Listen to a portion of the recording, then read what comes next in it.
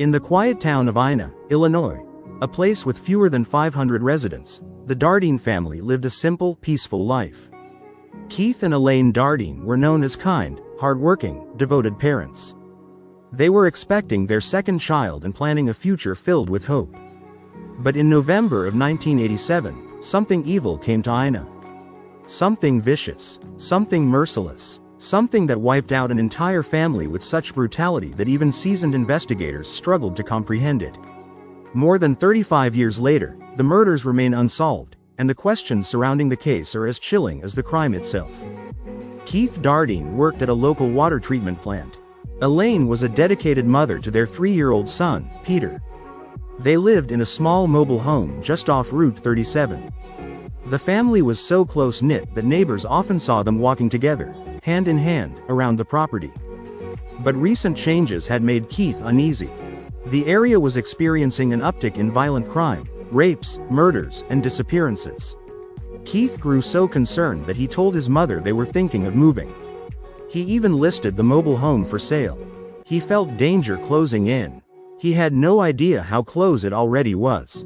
On November 18, 1987, Keith failed to show up for work. A responsible man, never late, never absent without warning. This set off immediate alarm. Calls to the Dardeen home rang unanswered. Keith's parents began to panic. They contacted the police and organized a search. Volunteers combed through ditches, fields, abandoned barns, calling out Keith's name. As night fell, searchers spotted something on a rural road just outside town: Keith's car. It was parked, tidy, locked. His saxophone case was still inside. Nothing appeared disturbed. But Keith was nowhere in sight. No one knew then that the true horror was waiting behind the locked door of the Dardeen home.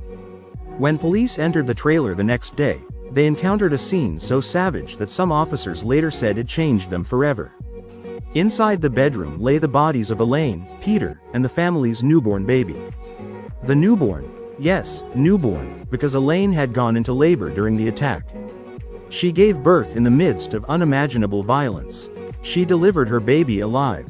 And then the killer murdered the infant too. Elaine and Peter had been beaten to death with a baseball bat, a bat that belonged to Keith. The killer used the family's own belongings as weapons.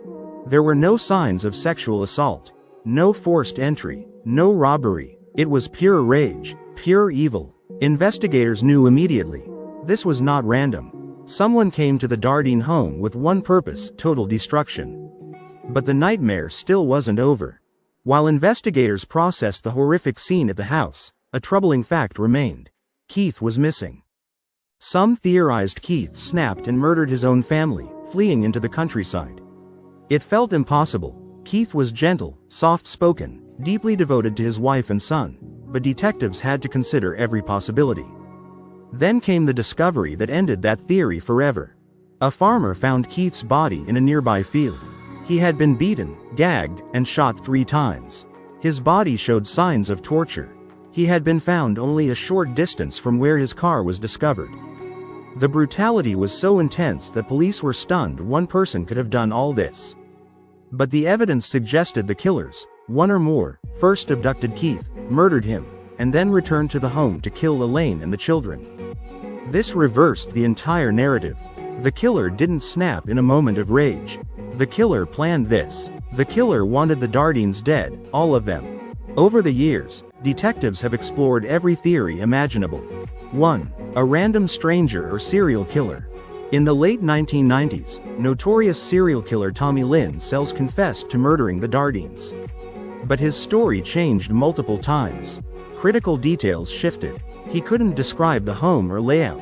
Investigators believe he lied for attention, something he was known for. Still, some wonder, could he have been involved? 2. A revenge killing. Some investigators believe Keith angered someone, at work, in town, or through personal interactions. The killing had personalized rage. But Keith had no enemies. No record, no disputes. 3. A drug-related killing. Not because the Dardeens were involved. They weren't, but because their home may have been targeted by mistake. A wrong address. A mistaken identity. Investigators looked deeply into this theory but found no evidence. 4. A ritualistic or cult killing. Due to similar crimes in the region during that time, some wondered if a cult or group was responsible. Again, no hard evidence was ever found.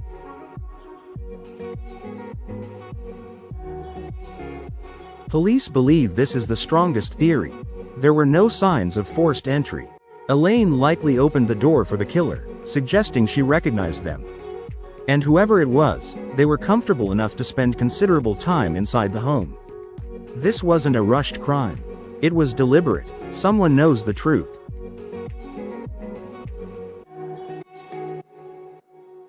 Someone is still alive who holds the answers. Until that person speaks, the Dardeen family's murders will remain a chilling reminder of evil, and the silence that sometimes follows it.